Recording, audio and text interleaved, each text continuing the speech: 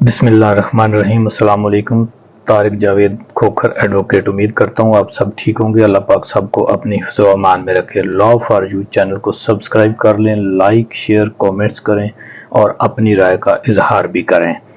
ابھی ہم بات کرتے ہیں جی، 3 اہم کیسز ہیں اور 3 بینچز ہیں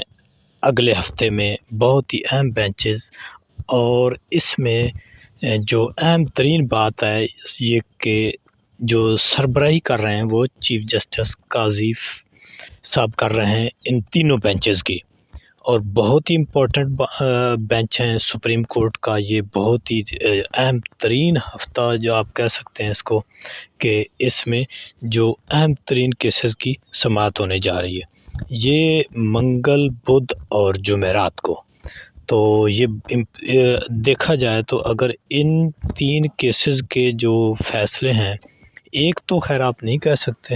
لیکن 2 کیسز کے فیصلے اگر آئین اور قانون کے مطابق بہترین اور 2 ٹوک فیصلے آ جائیں گو کی کیفیت میں، اس سے نکل سکتا ہے۔ پہلا کیس، چلیں ہم منگل سے سٹارٹ کر لیتے ہیں کہ پہلی جو سماعت ہے یہ 5 رکنی بینچ ہے، اور نیب کا جو معاملات تھا، نیب ترمیم تھی، یہ ان کے خلاف یہ اپیل آئی ہوئی ہے، جو کہ پہلے اس کے اوپر فیصلہ آ چکا ہوا ہے۔ ماضی میں جو ماضی کے چیف جسٹس تھے انہوں نے اس کو غیر آئینی قرار دے دیا تھا، اور اس بڑا لمبا چوڑا یہ فیصلہ بھی تھا، اور اس کے اوپر بڑی اہم سماعت، اور یہ سب آپ کی نظر میں ہوگا۔ تو ہم سرسری سی گفتگو کریں گے، باقی ان ڈیٹیل اس کے اوپر جو کارروائی ہوگی وہ تو جیسے جیسے یہ کیس سماعت ہوئیں گے ان کے اوپر جو کارروائی ہوگی وہ آپ کو بالکل بریف کی جائے گی، اور امید کرتے ہیں کہ آپ کو سمجھ بھی لگے گی۔ آج ہم صرف اس سے پہ بات کریں گے کہ کون کون سے اہم کیسز ہیں سپریم کورٹ میں اگلے اس ہفتے میں۔ تو یہ نیب کا جیسے آپ کو پتہ ہے کہ یہ بہت ساری ترمیم تھیں جو ایسے تھا کہ جیسے پرسن اسپیسیفک ہیں، اور کچھ خاص لوگوں کو جو وہ ایک نوازنے کے لیے یہ سب کچھ کیا جا رہا ہے۔ بندیال صاحب ان کی سربراہی میں جو بینچ تھا اس نے اڑا کے رکھ دیا تھا۔ تو ابھی یہ جی جس طرح کے ماضی میں نون لیگ جو ہے وہ ہم خیال بینچز کا ایک لگا کے رونا روتے رہے، اور بہت ساری انہوں نے ایلیگیشنز لگائی تھیں سابقہ چیف جسٹس اور ان کی سربراہی میں بننے والے تمام بینچز کے اوپر تقریباً، اور عدم اعتماد کیا تھا، بلکہ اپنی تقریروں میں، جلسوں میں انہوں نے جسٹس صاحب عمر عطیہ بندیال ان کو تنقید کا نشانہ بنایا تھا، اور ایک دھرنا بھی ہوا تھا، اور سپریم کورٹ کے گیٹ کے اوپر چڑھ کر، اور کرفیو کے باوجود، دفعہ 144 کے باوجود پورا جو اسلام آباد ہے اس کو ایک مخصوص جماعت نے، اور پھر وہ ہم نے ویڈیوز اور مناظر بھی دیکھے جس طرح ماضی میں ایک دفعہ سپریم کورٹ کے اوپر حملہ ہوا تھا، اسی طرح جو ہے سپریم کورٹ کے اوپر حملہ آور ہوئی پبلک، اور مخصوص جماعت کی جو تھی ایک اس کو آشیرواد حاصل تھی۔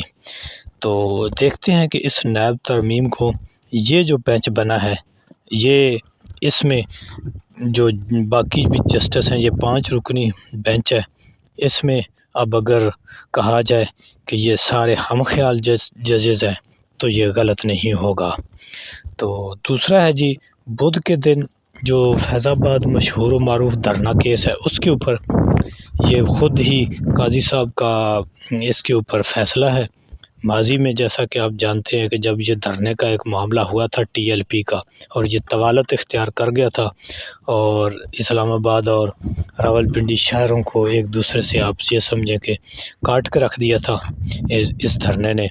اور حکومت کو بھی ہلا دیا تھا۔ تو اس کو جو ہے خود قاضی صاحب نے ہی نوٹس لیا تھا، اور پھر انہوں نے اس وقت کے چیف جسٹس کو بھیجا، انہوں نے واپس نوٹس لے کر ان کے پاس کیس بھیج دیا، اور بڑا سخت فیصلہ آیا تھا۔ اور پھر اس کے بعد تو 2 چیف جسٹس گزر گئے، کسی نے اس کو لگایا ہی نہیں۔ ابھی خود جب قاضی صاحب اس جسٹس بنے ہیں چیف جسٹس، تو انہوں نے اس کیس کو دوبارہ فکس کیا ہے،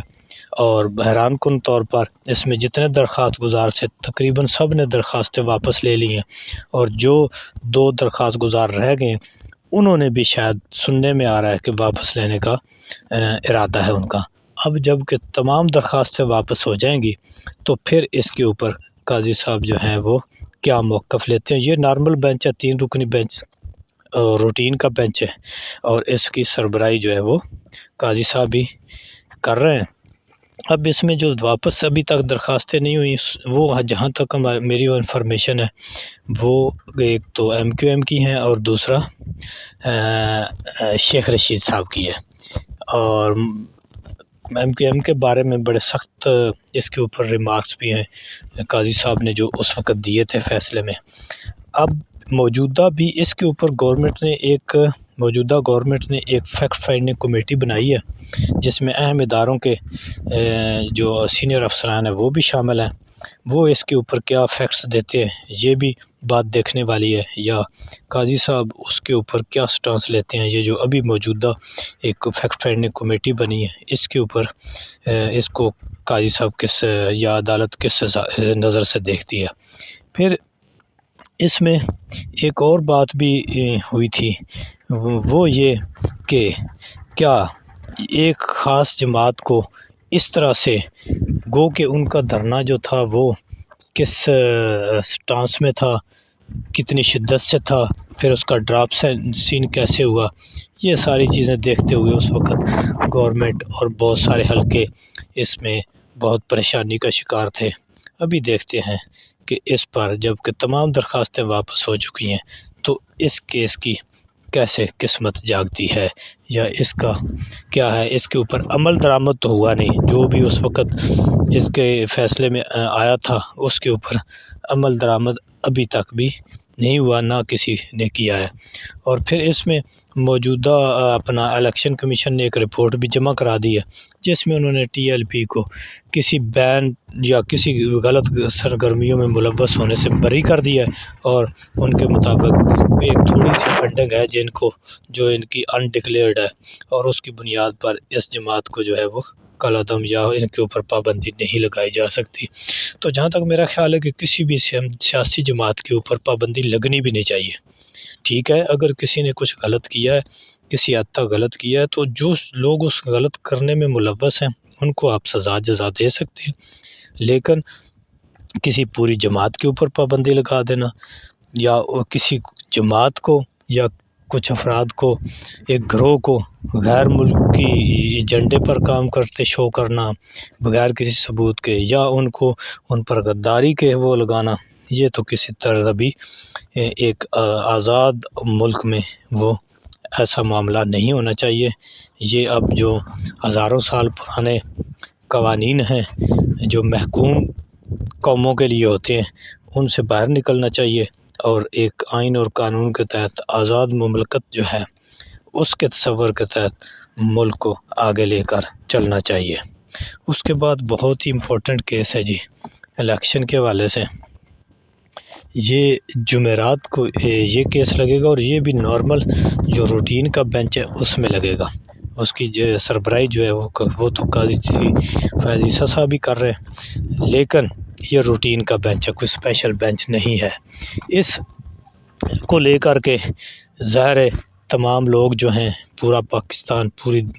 دنیا کے اس کے اوپر نظریں کہ کیا ہم یہ ایک الیکشن جو نہیں ہو رہا اس کو لے کر کے، آپ جانتے ہیں کہ پہلے بھی 2 حکومتیں تو بالکل یہ کہا جائے تو غلط نہیں ہوگا کہ وہ غیر آئینی حکومتیں بیٹھی ہیں، اور 75% کے قریب جو ملک ہے وہ ایک غیر آئینی طور پر چلایا جا رہا ہے، اور دوسرا بھی جو مرکز ہے وہ بھی میرا خیال ہے کہ کچھ دنوں کے بعد جب بھی 90 دن پورے ہوتے ہیں تو اس کے بعد وہاں بھی غیر آئینی اور حکومت تصور کی جائے گی۔ تو اس طرح سے یہ اب قاضی فیض عیسیٰ صاحب کے اوپر ہے کہ وہ کس طرح سے اس ملک کو اس غیر یقینی صورتحال سے نکال کر آئین اور قانون کے تحت نکالنے کی طرف لے جاتے ہیں، جبکہ اب موجودہ حالات میں دیکھا جائے تو تمام ہی ادارے اور تمام ہی لوگ اس بحران سے نکالنے کے لیے کوئی کردار ادا کر نہیں پا رہا ہے۔ تو آپ اس کو چینل کو سبسکرائب بھی کر لیں، لائک شیئر کومنٹس بھی کریں، اور اس کو لگاتار جو ہے وہ واچ کیا کریں، تاکہ یہ جو ایک سلسلہ چل رہا ہوتا ہے نا، وہ درمیان میں ٹوٹ جاتا ہے۔ اب جب آپ سبسکرائب کر کے بیل آئیکن کو آل پر کر لیں گے تو پھر جو بھی نئی ویڈیو آئے گی وہ آپ تک پہنچے گی۔ تو اس طرح سے ایک جو پچھلے سلسلہ چل رہا ہوتا ہے وہ سمجھنے میں بہت آسانی پیدا ہو جاتی ہے۔ اگر ایسا نہیں کرتے تو پھر وہ درمیان سے جب ویڈیو سکپ ہو جاتی ہیں تو پھر جو یعنی آپ اپڈیٹ نہیں رہتے۔ اپنے آپ کو اپڈیٹ رکھنے کے لیے تو آپ کو چاہیے کہ ہمارے ساتھ رہیں اور اپڈیٹ رہیں، اور نیچے کومنٹس میں اپنی رائے بھی دیا کریں کہ ہم اس کو کس طرح سے مزید بہتر کر سکتے ہیں اور جو مزید انفارمیٹو کر سکتے ہیں۔ یہ آپ کی رائے ہمارے لیے جو ہے نا یہ بہت قیمتی ہوتی ہے، اور اس سے ہماری حوصلہ افزائی بھی ہوتی ہے اور گائیڈنس بھی ملتی ہے، اور آپ کی جو دلچسپی ہے لا فار یو چینل کے ساتھ اس کا بھی اس سے پتہ چلتا ہے، اور ہماری بھی حوصلہ افزائی ہوتی ہے۔ اللہ حافظ۔